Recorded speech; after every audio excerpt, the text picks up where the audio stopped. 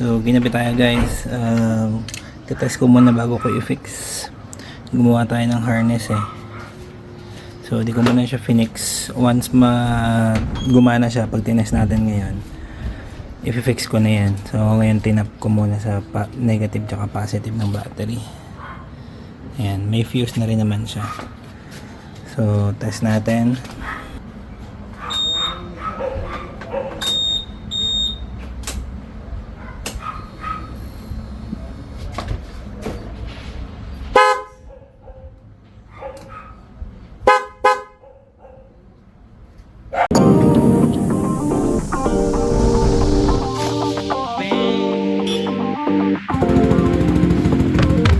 Ayan, lumi. Itong bulalo, ayan. 350 and the wheelies. Ay, kita nyo dami kumakain dito. So, merong isang naka-plastic na ganito. Ayan. Hindi siya, technically hindi siya matibay. Tuloy.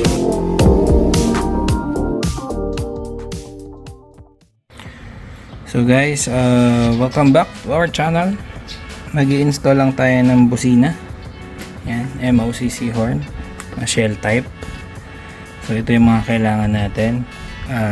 Ito yung ibang backup na gamit. Doon natin siya i-install sa ADB, yung project scrambler natin.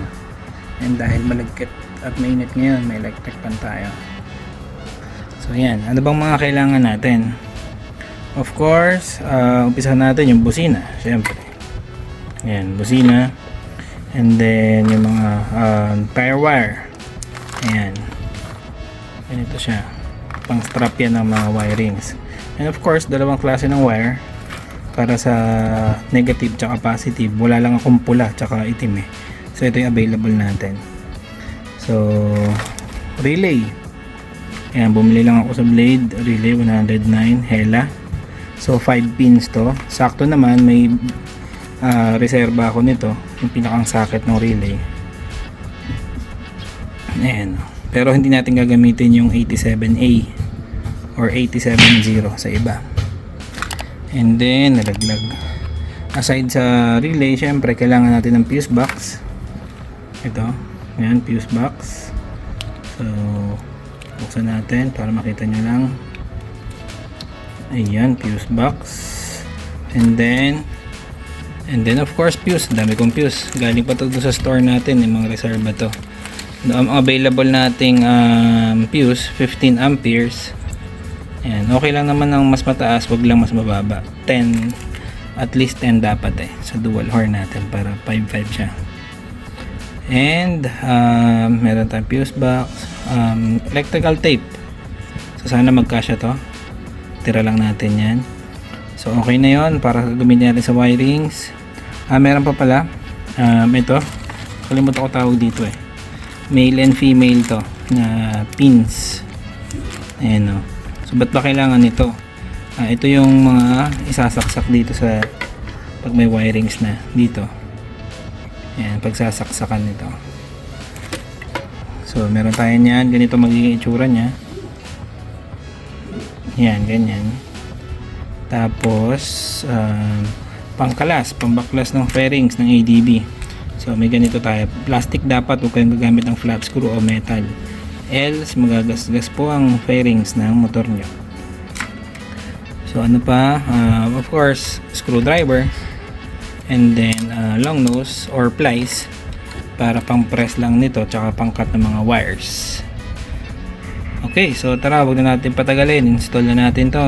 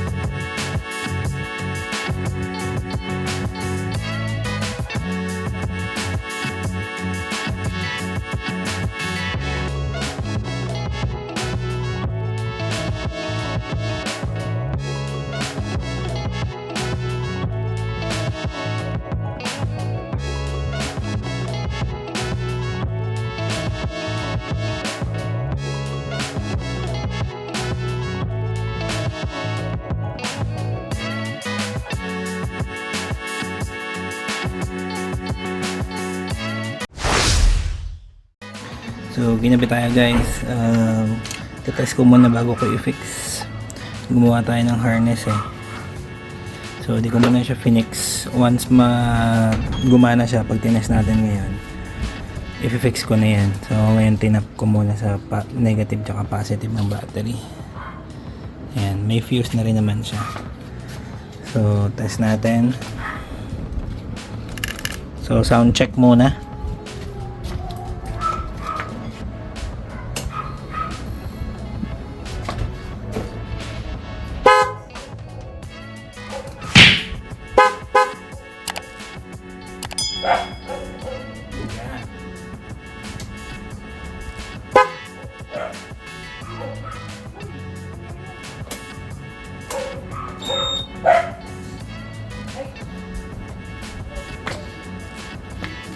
Okay. So, kita nyo, gumagana. Ito yung ginawa nating harness. Kaya tayo tagalan on the spot gumawang harness. So, hela na relay. So, tinis natin. Ayan. So, tara, fix na natin to.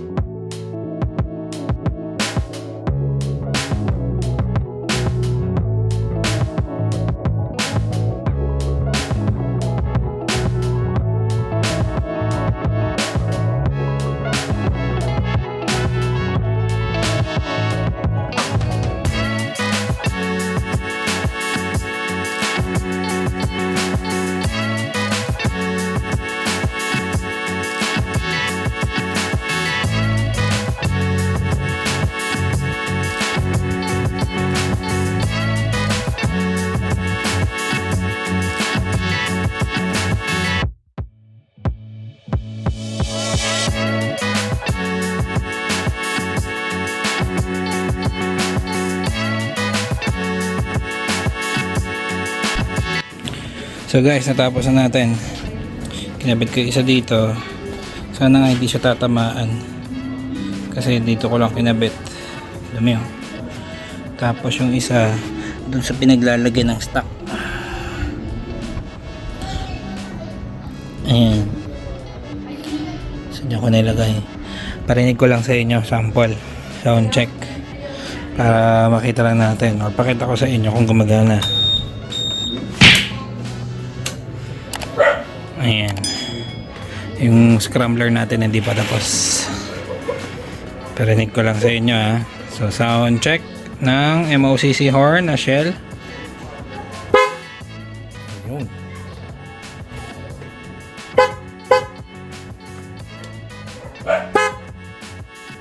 Lakas. So titigilan na natin kasi gabi na.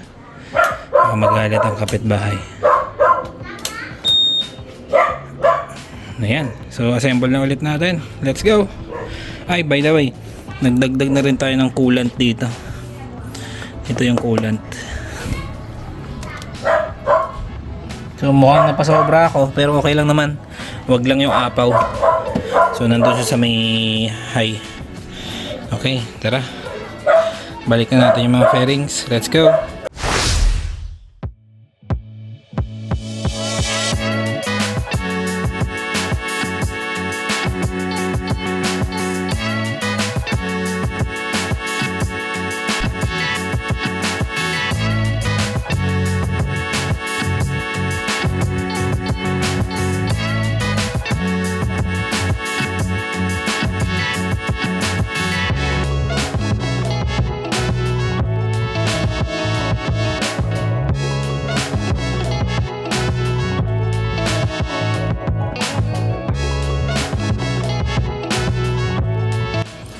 So yan guys, okay na. Asan na yung susi ko? Ayun. Test ulit na natin.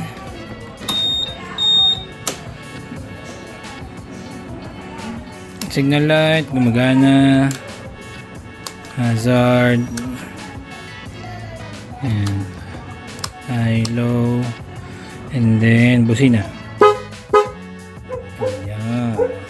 All goods.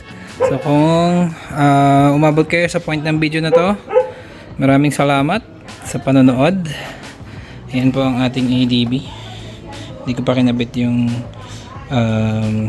windshield o yung visor.